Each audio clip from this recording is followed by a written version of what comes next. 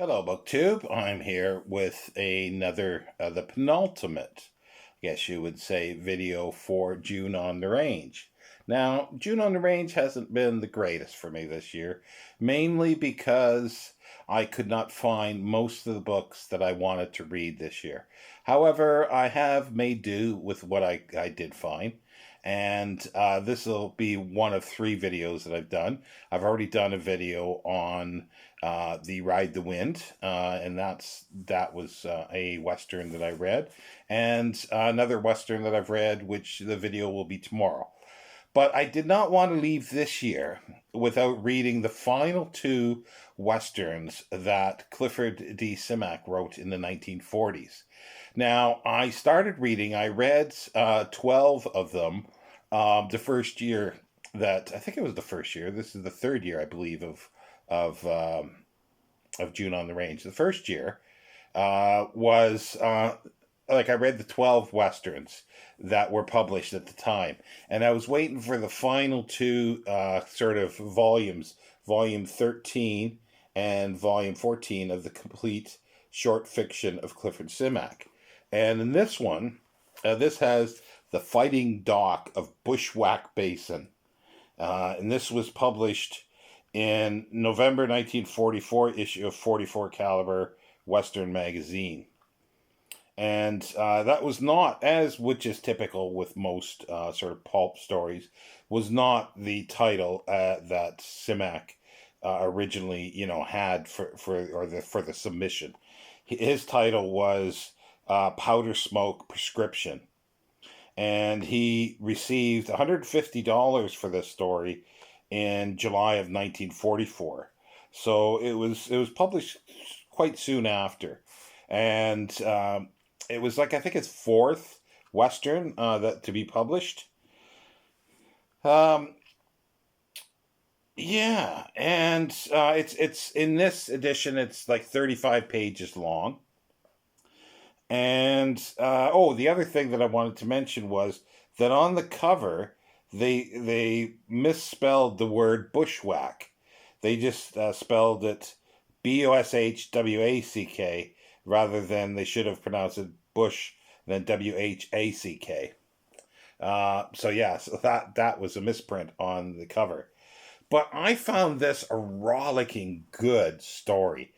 Like I said, from it's the my favorite, I think, of all the 14 that I have read of Simak's westerns. There were some other ones that were very good, and then there were some that were just not the greatest. But this one was really good. It's a story of a doctor. It starts out with he's ministering to a patient who has been shot. The bullet is lodged in his spinal cord. And he's already taken care of his younger son who had been whipped in the face and has cut up face. But the gentleman he's administering to does succumb and die, and it's one of their neighbors who has a range, and these are sodbusters, or as they call them here, nesters, that have claimed and starting a farm. And it's sort of one of the typical sort of tropes of westerns where you got this big ranch owner that's fighting the enclosure of their land, and they're fighting off these sodbusters, these nesters. And this is a huge landowner too, who sort of somehow has circumvented the law, saying that he can't have this whole valley basically, but he's hired gunslingers to take care of things, and he's losing cattle, so these gunslingers are going out and killing these or trying to scare off the nesters. But as it turns out, with a little twist, is that he's being hoodwinked. It's not the nesters that are cattle rustling and stealing cattle. It's the men that he has hired, and his hired man, his main hired man that he trusted. So the doctor, but that doesn't come till quite late in the story. But the doctor, even though he's a doctor, but he does punch this landowner, this range owner, and so severe that he just knocks him out. But then the head hand comes to see him in town, and he bests him in a fight, even though he pulls a gun on him, and he disarms him, and it's just, it pisses him off badly. So he sets a trap for the doctor, of sending somebody to say, "Oh, my partner's ill, you've got to come and help," in the middle of the night.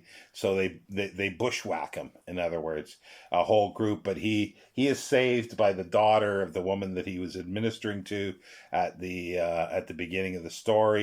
And then the landowner comes realizing what's happening and helps them as well. But then her brother, rounds up the other nesters, and they head everybody off.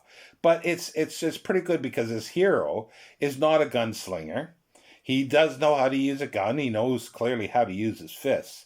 But he's a doctor, so he's being shot at, and he's being given the rifle by this young lady, and he's got someone in his sights, but he pulls back, and he doesn't want to kill because he's supposed to heal, not kill. But then he does, overcome this for her safety and to save his own life, and he does, kill a few of the gunslingers. So I thought that was pretty good because Simak did his westerns are not gunslingers, they're not cowboys in that way. They're newspaper men, they're doctors, they're just regular people trying to survive. And I thought this was pretty good, and the way, like, the fast pace of the gunfight is just it's really was fun to watch, and I really really enjoyed this story, and to me it's up there as just a great fun western, and he really knew how to do it, as I say. But it took him a little while to, I think, get into the groove of things, but by this time he was in the groove of writing these westerns. But as I say, he's only did about 14 of them. So yeah, so this was pretty. Oh, the other thing I wanted to mention, which was kind of funny, was the bad guy in here, and his name was Mapes, Mapes. Now, many of you who are doing Dune in June know that name is also from Dune. Shadowt Mapes, who was the housekeeper, the Fremen housekeeper of the Atreides on Arrakis, who gets killed.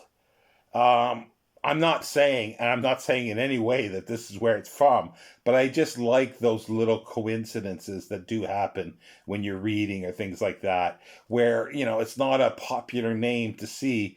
And, in the same month, I'm reading a story that Simak wrote, which I love, and I love Dune. And there's some, coincidental crossover there. So I thought that was fun. Anyway, let's leave that one, and we'll go to the last one that was published in the 14th volume. And these were both published last year. Too late for last year's June on the Range. So yeah, this one was published, 2023. So I think they came out in something like August or September, maybe even October. So this one actually contains the first published story of Western of Clifford Simak, and it's much shorter. It's like under 20 pages long, and it's called Smoke Killer. And that was originally sent, it says here, to Wild West Weekly in February 1943, but it was rejected and sent back. And then it was accepted by Lariat Story Magazine and was published in May 1944 issue of that magazine. And it doesn't say how much, but obviously he would have been paid a lot less for this. This one is not as good as the Bushwhack one. The Doctor, what was the title again? I've forgotten that. The Fighting Doc of Bushwhack Basin. It's much smaller, or much shorter, and But actually, I think the original title was "Killers Shouldn't Smoke," so it was Skull, and then changed to "Smoke Killer." It's basically Danny Morgan. His partner is found murdered, and he is in the frame for it. But he notices a few things. He noticed some cigarettes and a tobacco pouch at a couple sites, and where a person was that clearly shot his partner. But he's arrested. He's going to be hanged for this without even a trial. But one of his neighbors say, "Oh, well, I'll be a good neighbor there, bud, and I'll spring you from the jail, and then you just run off." And he says, "Well, I can't just leave everything." He says, "Well, I'll give you money. I don't need your property, but I will, give you fair value for it." And he's going, "No, I'm not going to do this." But he does escape on his own, and he finds out by someone in the sort of Badlands where he escapes to that there was a geologist that was around and found oil, but not on the neighbor who was being neighborly's property, under his property. So that's what it was all about, to get rid of him in order to get the oil. So it's set in a late period, obviously, of of westerns, very late, like early 20th century, I would think. So yeah, so he does, he proves his innocence, and it ends, and it's very typical, but it's not that great. It was an okay read, but it was kind of funny, in the sense that it didn't have much going on, and it was like started almost in the middle of nowhere and ends in the middle of nowhere. But anyway, that was the last, even though it was the first published Western of Clifford Simak's. So yeah, but I did enjoy them. And yeah, so I've read all 14 Clifford Simak Westerns. There might be a few others out there that there was hints, I think, in his diaries and his notes, but they've never been found. If they were ever published, they have not come to surface yet. And any only, as I say, notes or references to them, and no manuscripts have been found. So it's unlikely there'll be any more westerns from Clifford Simak. But yeah, thank you, BookTube, and there'll be, as I say, there'll be one more video for June on the Range before the month runs out. Thank you, BookTube.